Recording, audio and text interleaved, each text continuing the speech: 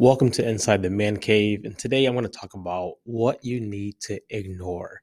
For everyone, this is going to be a little different based on the season of your life, based on the goals you have ahead, and based on just habits you have.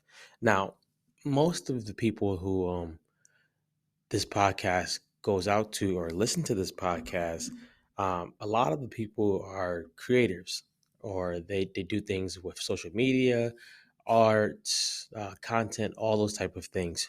So it's very, very difficult to ignore things.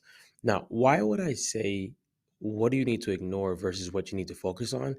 Because sometimes decluttering or getting things away from you makes it a lot easier to focus on what you need to focus on. If you've ever tried to write a paper or journal and you look at your desk and you find like 30,000 things on the desk, it's a lot harder. If you're someone, and I'm getting over this, who has 30,000 tabs open on their computer because you don't want to forget something, getting rid of some of that can help. So, here are three things that I ignore, and you can take these tips and use them for your own. So, three things I ignore when it's time for me to work out. I ignore um, trying to go as heavy as possible. I might end up going heavy during a workout, but I ignore having to think that I have to do this or it won't be a good workout. The second thing I do when I'm trying to either podcast or study or something like that, I always ignore the voice that no one's listening.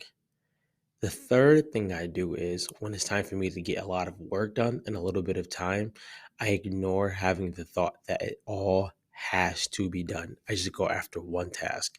And usually what happens, you start to, or I start to finish all the tasks that were ahead of me.